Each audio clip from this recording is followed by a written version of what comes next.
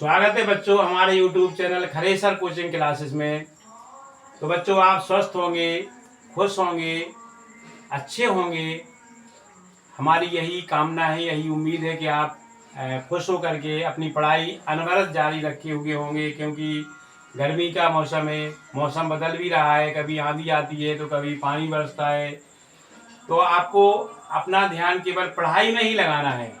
और आज हम इंटरमीडिएट में हिंदी में संस्कृत की कुछ सुंदर युक्तियां लेकर के आए हैं। सुभाषित रत्नानी से सुंदर युक्तियां लेकर के आए हुए हैं, आपको समझाएंगे। तो बच्चों जो सुंदर युक्तियां होती हैं तो वो हमारे सिलेबस में तो आपको पढ़ना ही है। आपको जो बोर्ड परीक्षा में जो 7 नंबर के प्रश्न पूछे जाएंगे उसमें तो आपको पढ़ना ही है। साथ में बच्चों जो आपके जीवन के लिए जो सुंदर वचन है, यदि आपने ये वचन अपने जीवन में उतार लिए तो आपका जीवन सार्थक हो जाएगा। आप उन्नति करेंगे, अपने जीवन में प्रगति करेंगे और आप महान बन जाएंगे यदि आपने ये सुंदर वचन अपने जीवन में धारण कर लिए। तो बच्चों पहला श्लोक आपको हम बता रहे हैं।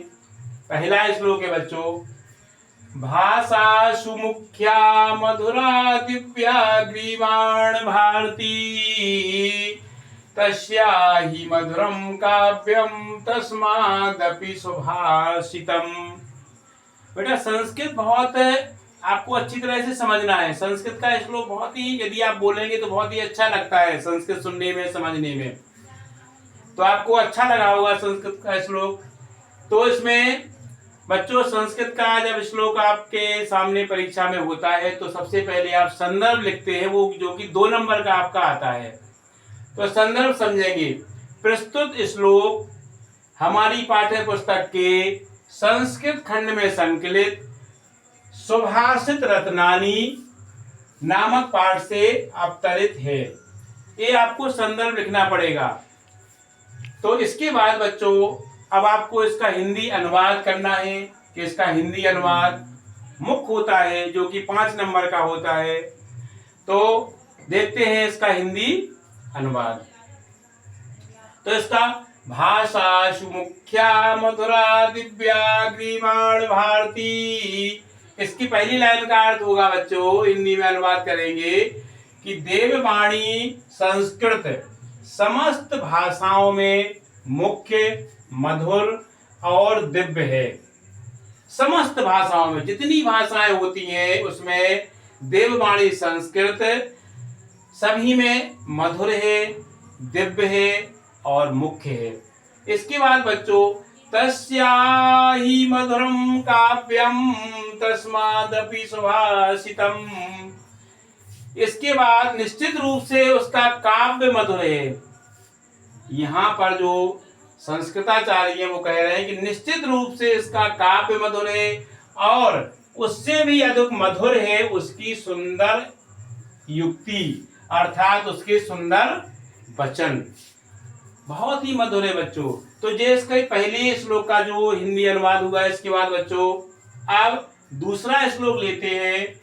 दूसरा श्लोक है बच्चों, काव्य शास्त्र विनोदेन कालो गच्छति धीमताम और व्यसनेन च मूर्खाणाम निद्रया कलहेन वा।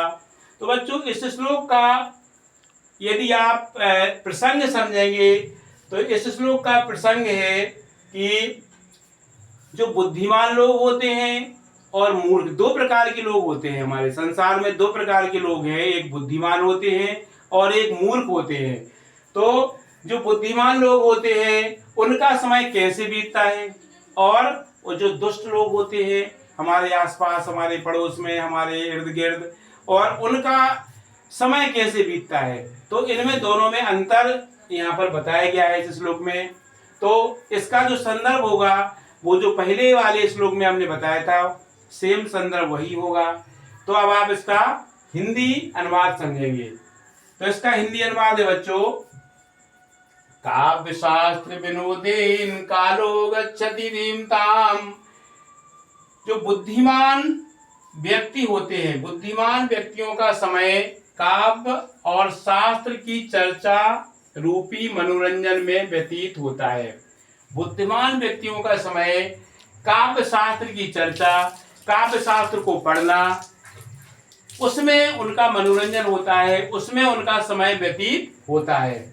इसके बाद बच्चों जो दुष्ट लोग हैं उनका समय किसमें व्यतीत होता है, अब इसके बारे में समझेंगे आप अगली लाइन में। व्यसनेन च मूर्खाणाम निद्रया कलहीन वा।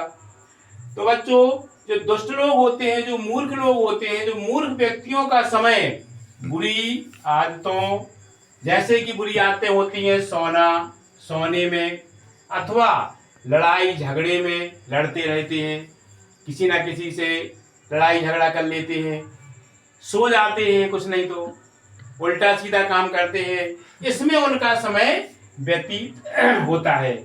तो बच्चों इसमें आपने समझा होगा बुद्धिमान और दुष्ट प्रकृति के लोगों, मूर्ख लोगों के लक्षण इसमें बताए गए हैं।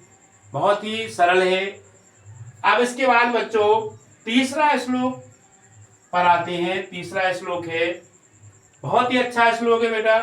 विद्या विवादाय धनम मदाय शक्ति परेशा परिपीडनाय खलस्य साहदो विपरीत में ज्ञानाय उदानाय चारक्षणाय।